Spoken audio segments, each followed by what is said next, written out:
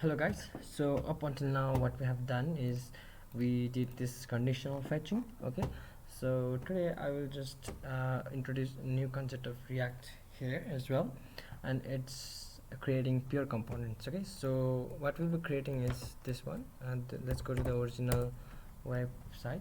So you see that this website actually has a blur component here. I mean a section blur here, so we will create that in our in our in our application as well.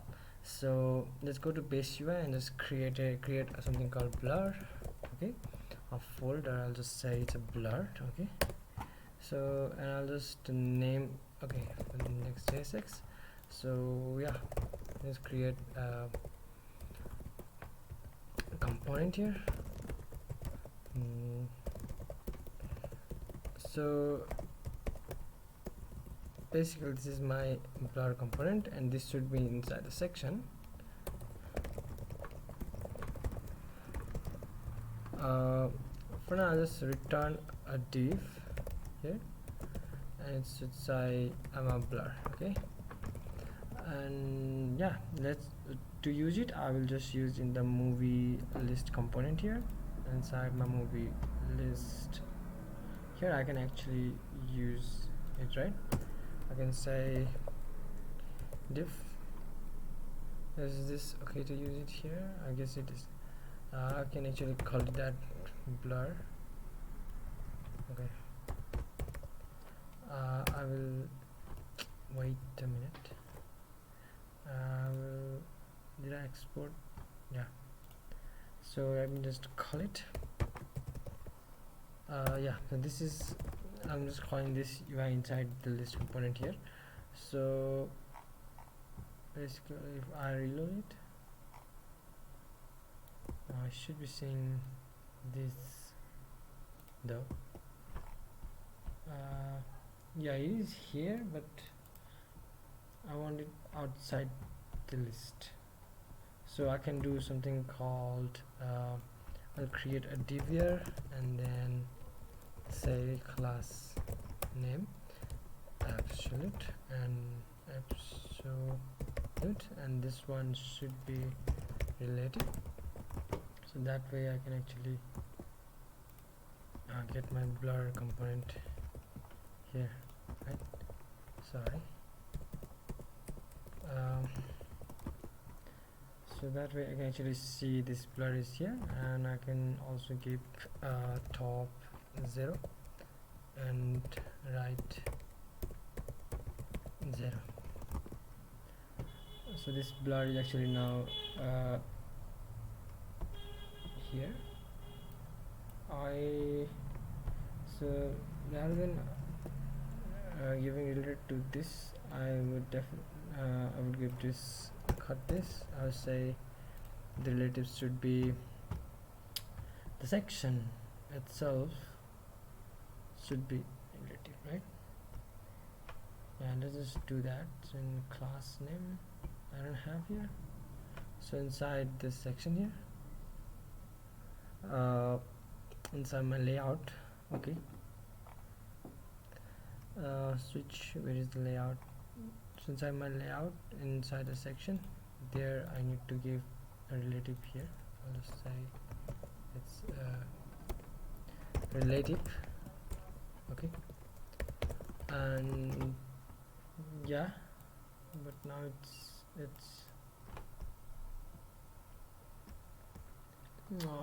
okay, it is fine to have blur there as well. Okay, yeah, so this is totally fine. And now what I want to do is I want to create a blur background, and I will just say this one should be say here I'll just write CSS here, class name height full, and at full means it's 100% height. Okay, and I'll say background to be, okay, width also I'll say full. Okay, and background should be, let's say for now I'll just say some kind of black background. Just right now we are just gonna see in the component itself. Okay, so and here my the in this section the yeah, this one. So this one should be, I'll just give some width here with how much I can give W6. I can give width 6 pixel. This is fine, right? I can give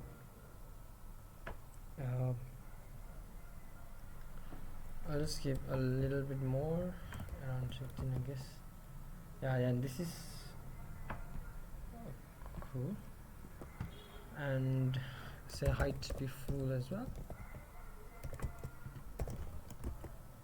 And yeah, this actually, now I'm actually seeing this, right? This to make something like this, I want to have a, so this is actually white background of linear gradient, so I will just keep that. Okay, so this is the after property in the section, the after one, this one, the linear gradient. Okay, so this is something that I need to do.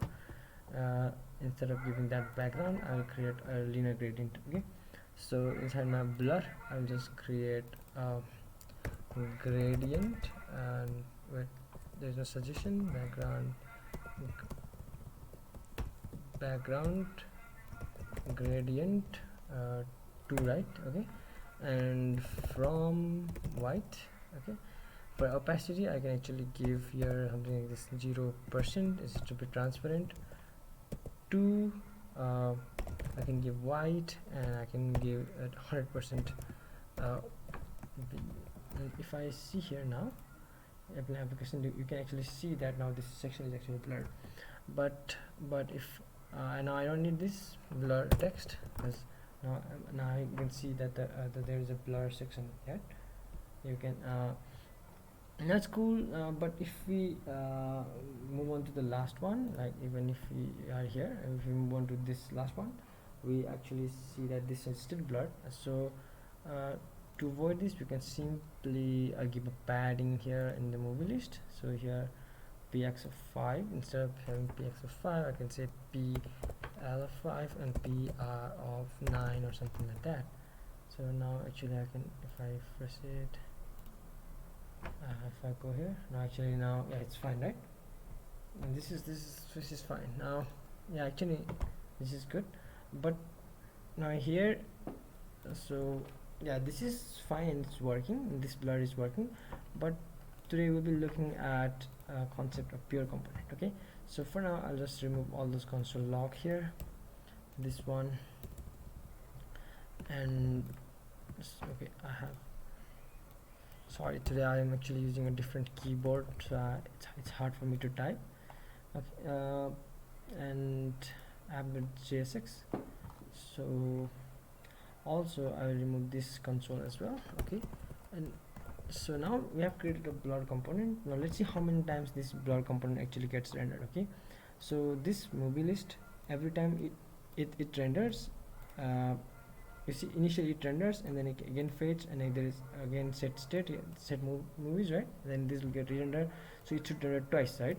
So if I go and check here, I can just simply console and check how many times it gets rendered.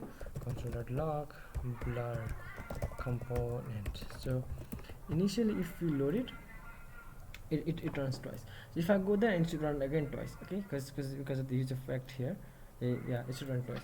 So but the thing is that the blur component itself does not receive any props, and it's always there, and it should not be loaded every time. Okay, so this loads because this is a child to this movie list, so every time this movie list, the blur will be called as well. Okay, so to avoid this type of rendering, unwanted rendering, okay, so to optimize this, we can actually create a pure component. So we can actually wrap this whole inside a higher order component. So React actually gives us a way to create a pure component, and it can simply say we can actually is the Memo API. We can simply import Memo from React, and we can add, this is a higher order component, so we, similar to higher order function, we need to wrap provide the component as an argument. So yeah, so basically now if we see how many okay, so now if we actually okay, if we console it, log and blur component, okay, and if you see, try to load it, you see blur component is loaded once, so there is a blur here. So now if I change it, so yeah, there is no blur. If I change here, now this is actually rendered only once. So what this Memo API does is that it will only render this component if there is a prop changes. Okay, so this component here itself does not receive any props, so it should be only loaded at once, right?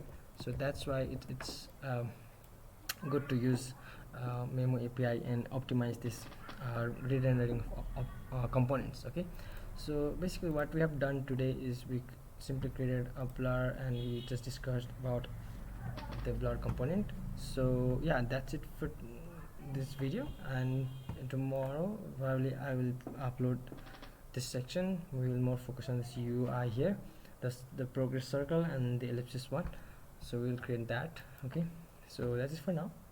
So yeah, so see you tomorrow.